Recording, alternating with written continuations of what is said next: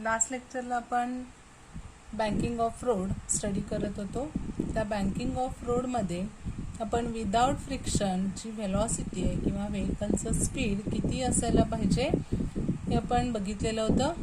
त्याची व्हॅल्यू किती v is equal to square root of RG tan theta.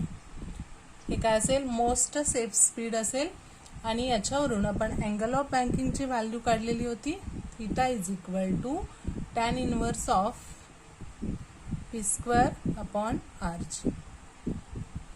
आता आपण नेक्स्ट कंडिशन कन्सिडर करणार आहे, ते म्हणजेच स्पीड लिमिट्स. Speed limits. आता स्पीड लिमिट्स म्हणजे मॅक्सिमम किती व्हेलॉसिटी असायला पाहिजे किंवा मिनिमम व्हेलॉसिटी किती असायला पाहिजे जर आपण फ्रिक्शनल फोर्स टायर आणि त्या रोड सरफेस याच्यामधलं कन्सिडर केलं तर मॅक्झिमम व्हेलॉसिटी किंवा मिनिमम व्हेलॉसिटी डिटरमाइन करण्यासाठी फॉर्म्युला आपण बघत आहे. तर स्पीड लिमिट्स म्हणजेच जर आपण v is equal to square root of RG tan theta या स्पीडने व्हेकल ड्राईव्ह करत असू तर तो मोस्ट सेफ स्पीड असणार आहे. पण हे विदाउट फ्रिक्शन आपण कन्सिडर केलेले आहे. आता जर आपण याच्यापेक्षा मॅक्झिमम स्पीडनी जर व्हेकल ड्राईव्ह करत असू तर त्यावेळी आपल्याला त्या रोड सरफेस आणि टायरमध्ये प्रेझेंट असणारं फ्रिक्शनल फोर्स पण कन्सिडर करावं लागेल. तर जी फिगर आपण अगोदर बघितलेली आहे त्याच्यामध्येच थोडंसं मॉडिफिकेशन असणार आहे. म्हणजे जिथे आपण हा हॉरिझॉन्टल कर्व रोड घेतलेला होता आणि हा अँगल ऑफ बँकिंग थीटा असेल, हा बँक रोड आहे, त्याच्यावरून हे व्हेकल आपण ड्राईव्ह करतोय असं कन्सिडर करूया. इथे असणारे फोर्सेस आपण पहिल्या लेक्चरला कन्सिडर केलेले होते. एक म्हणजे त्याचं जेवढं वेट असेल ते डाऊनवर्ड डायरेक्शनला ऍक्ट होणार आहे, ते म्हणजे mg. दुसरं फोर्स असेल ते म्हणजेच नॉर्मल रिॲक्शन. ती रोड सरफेसला परपॅन्डिक्युलर असेल कारण रोड सरफेस त्या व्हेकलवरती जे फोर्स अपवर्ड डायरेक्शनला एक्झर्ट करतो त्यालाच आपण काय म्हणतो, नॉर्मल रिॲक्शन n. आता हे जर परपॅन्डिक्युलर असेल तर n आपण काय करतोय तर दोन कंपोनंटमध्ये रिझॉल्व्ह केलेला होता. एक व्हर्टिकल कंपोनंट आणि दुसरा हॉरिझॉन्टल कंपोनंट. आता हे दोन्ही परपॅन्डिक्युलर्स आहेत म्हणजे हा परपॅन्डिक्युलर या सरफेसला असेल, हा n परपॅन्डिक्युलर या सरफेसला असेल. तर या दोन साइड मधला अँगल थीटा असेल तर हा पण अँगल थीटा असेल, हे आपण बघितलेलं होतं. त्यामुळं या थीटाच्या जवळचा जो कंपोनंट आहे तो असेल n कॉस थीटा आणि इथे हा जो दुसरा कंपोनंट आहे तो काय असेल n साइन थीटा. म्हणजे n आपण काय केलं, दोन कंपोनंटमध्ये रिझॉल्व्ह केलेलं आहे. एक म्हणजे vertical component n cos theta आणि एक horizontal component n sine theta. आता आपल्याला याच्यामध्ये असणारं फ्रिक्शनल फोर्स कन्सिडर करावं लागेल. आता जर सुरुवातीला आपण लोअर स्पीड लिमिट कन्सिडर केलं, स्पीड लिमिट आपण काय घेणार आहे इथे, लोअर स्पीड लिमिट.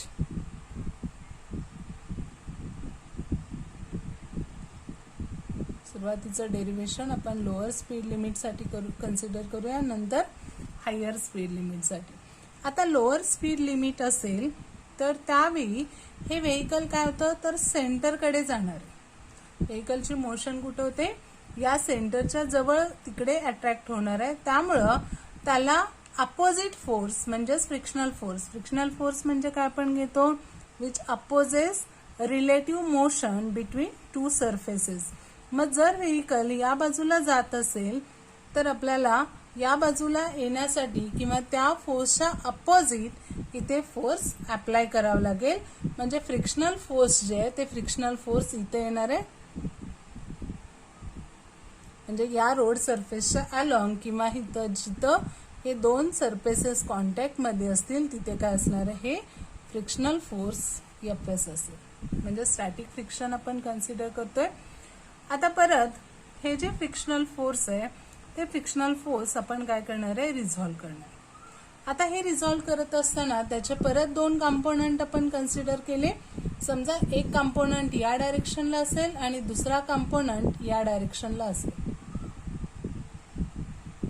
या डायरेक्शनला एक कॉम्पोनंट असेल आणि अपवर्ड डायरेक्शनला एक कॉम्पोनंट असणार आहे.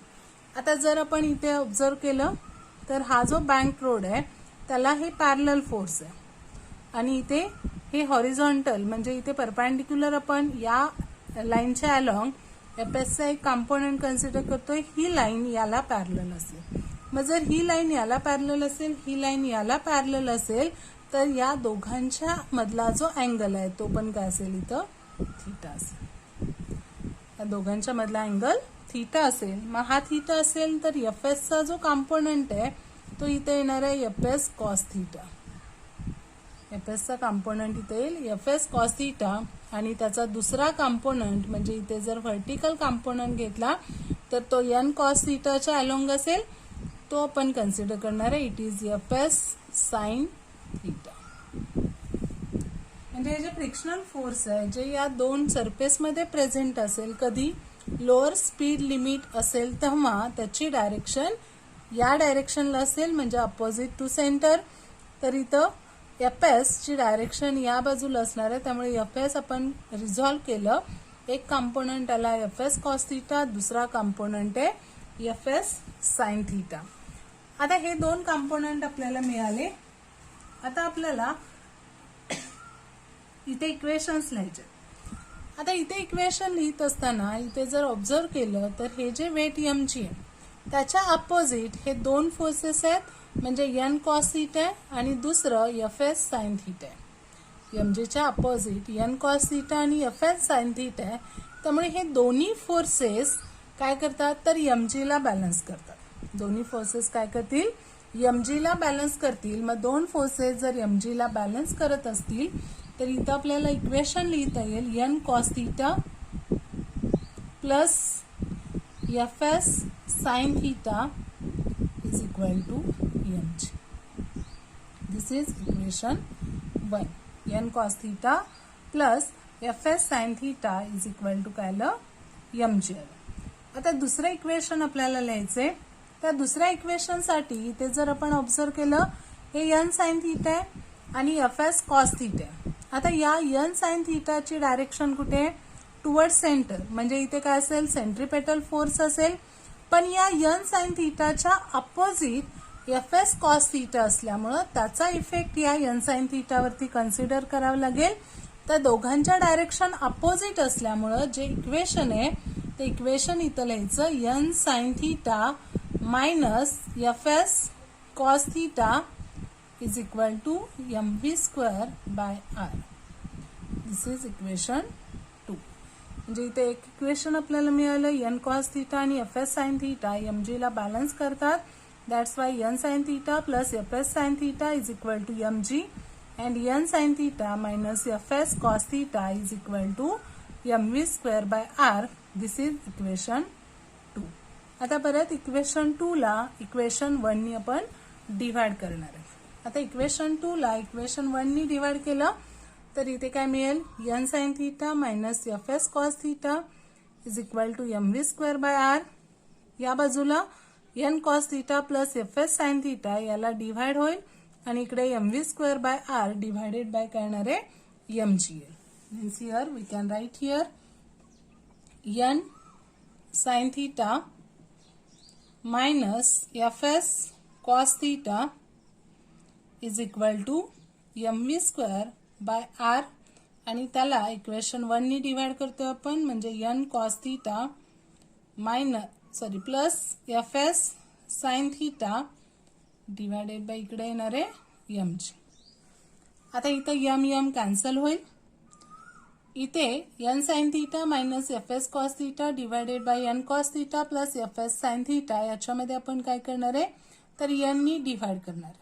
न्यूमरेटर आणि डिनॉमिनेटरला जर एन नी डिवाइड केलं तर इथे काय राहणार आहे साइन थीटा मायनस इथे राहील FS upon N cos theta divided by इथे एन नी डिवाइड केलं इथे राहील कॉस थीटा प्लस इथे येणार FS upon N sine theta is equal to इथे m कॅन्सल होईल. इथे राहणार आहे व्ही स्क्वेअर अपॉन rg.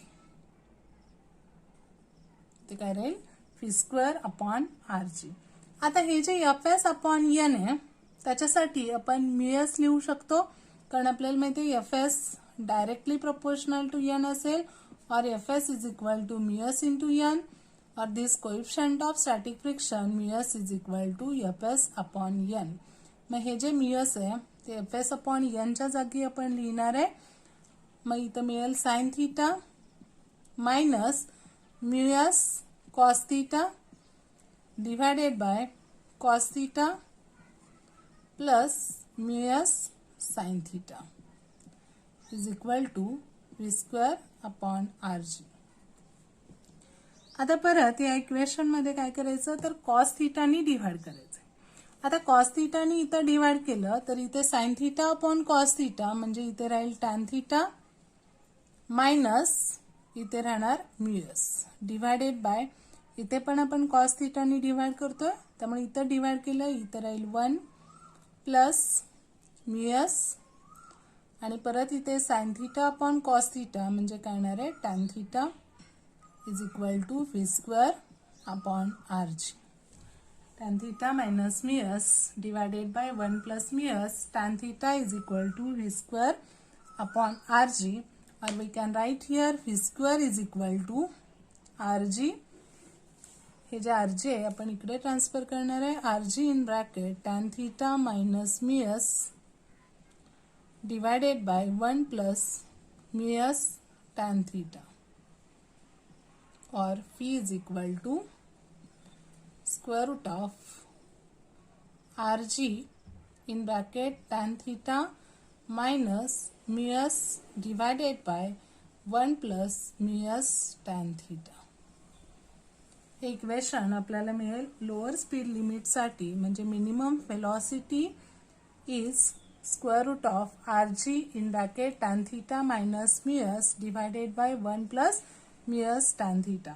आता हे जे आपण सगळं कन्सिडर केलेलं आहे ते कधी if v is less than square root of rg tan theta.